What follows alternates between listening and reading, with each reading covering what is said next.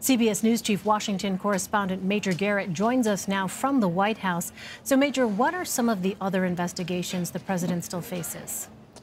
Well, Democrats have made it clear, Elaine, they're going to continue to scrutinize the work product, still not seen fully by the American public, of Robert Mueller, what he gave to the Attorney General William Barr. They want that report out and fully viewed by the public.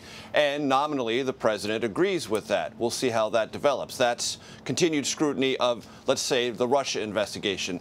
Then House Democrats have made it clear they're going to continue to look into the allegations leveled by former Trump lawyer and fixer Michael Cohen. Also look into whether or not the president has directly or indirectly attempted to enrich himself or his company through the presidency and other related issues. Of course, there's a separate investigation that doesn't have to do with the zip code or the beltway of Washington, D.C. at all. The Southern District of New York also looking into some evidence submitted by Michael Cohen about payments to alleged former mistresses of the president in the context of the 2016 campaign. So there are lots of other investigations still simmering out there.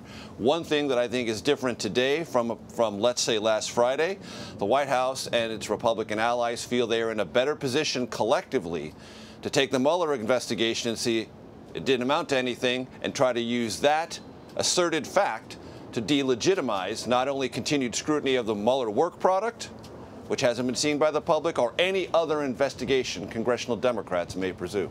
What about the question of impeachment? Bob Mueller said that while his report did not conclude the president committed a crime, it also doesn't exonerate him. Is there any sense that officials at the White House might still be concerned about the prospect of impeachment? Well, whether they're concerned about impeachment is really about their level of gauging how far Democrats in the House want to go in that direction. And this morning, the sense you got here from Kellyanne Conway, counselor of the president, Sarah Sanders, press secretary, they don't believe Democrats would be that politically ill-advised. That was sort of the sense we got. Because from their point of view, according to them, Democrats have been banking for many, many months on the Mueller report as the evidence that could lay a foundational case to pursue impeachment proceedings. They now believe, the public has seen, that can't be a foundation for impeachment, and anything else is probably not going to warrant impeachment proceedings. So the White House feels much safer, if you will, on the question of impeachment, but the White House also knows that is as much a political as it is legal determination, and they're not in the business of advising Democrats on their underlying politics. There's also the question of pardons. How might the findings of the Mueller report impact the president's decision to begin issuing pardons to those found guilty during the probe? Very briefly today, at the tail end of one of his availabilities in the Oval Office, a reporter got a question to the president on pardon, says he's not thinking about it. That's consistent with everything the president has said publicly.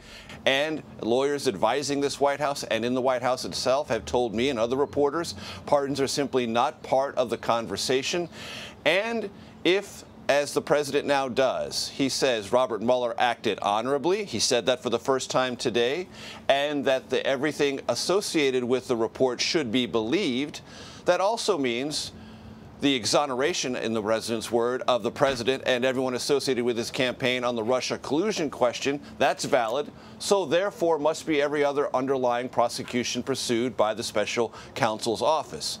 It would be difficult, though certainly not impossible, for the president to issue pardons under that understanding, as articulated by the president today, of what the Mueller report and the Mueller investigation did.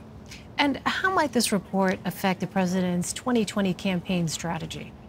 Well, the re-election campaign is already gearing up in several respects. One, emailing all supporters today saying, give as you've never given before. Why? That way you can prove to the quote-unquote left-wing mob you can't be intimidated. Also, the Republican National Committee, on behalf of the Trump re-election, said Democrats are liars. They have been deceitful. The media has been complicit in propagating this completely ridiculous and false narrative. Those are the words of the Republican National Committee and the Trump campaign. So you see, Elaine, this news event swiftly morphing into a political weapon against the media and congressional Democrats, two very familiar whipping posts to the Trump campaign 2016, and you can bet 2020 version. And on that point, so President Trump's campaign released a memo to TV producers Monday, and the memo provided a list of guests and their statements the campaign says were, quote, outlandish, false claims. It reads in part, quote, "Moving forward, we ask that you employ basic journalistic standards when booking such guests to appear anywhere in your universe of productions. At a minimum, if these guests do reappear, you should replay the prior statements and challenge them to provide the evidence which prompted them to make the wild claims in the first place." What do you make of this, Major? Well, a couple of things. First of all, it's interesting for the Trump campaign to warn journalistic organizations about wild or outlandish claims or statements. President Trump has a few of those in his repertoire. He likes to use them. He's familiar with them. He often uses them for effect. So let's just set that aside for a second. What is this really about? This is about a dialogue not with bookers for TV networks. It's for a dialogue with Trump supporters. Why? To say, look, here on behalf of you, Trump supporter, we, the Trump campaign, have raised these serious journalistic issues with the media itself. And what is their reaction going to be? Well, if these people on the so-called don't book list appear, you can be certain the Trump campaign will see, look, Trump supporters, we even gave them an opportunity. We showed them the error in their ways, and they refused to heed our suggestions and our warnings about these disreputable or deceitful Democrats or other voices. You see, Trump supporters, we on the Trump campaign are your only resource. You can't win against the mainstream media. That kind of dialogue will not only be self-reinforcing, but the campaign calculates politically advantageous. It's going to be a fascinating campaign ahead. Major Garrett, Major, thank you so much. Sure.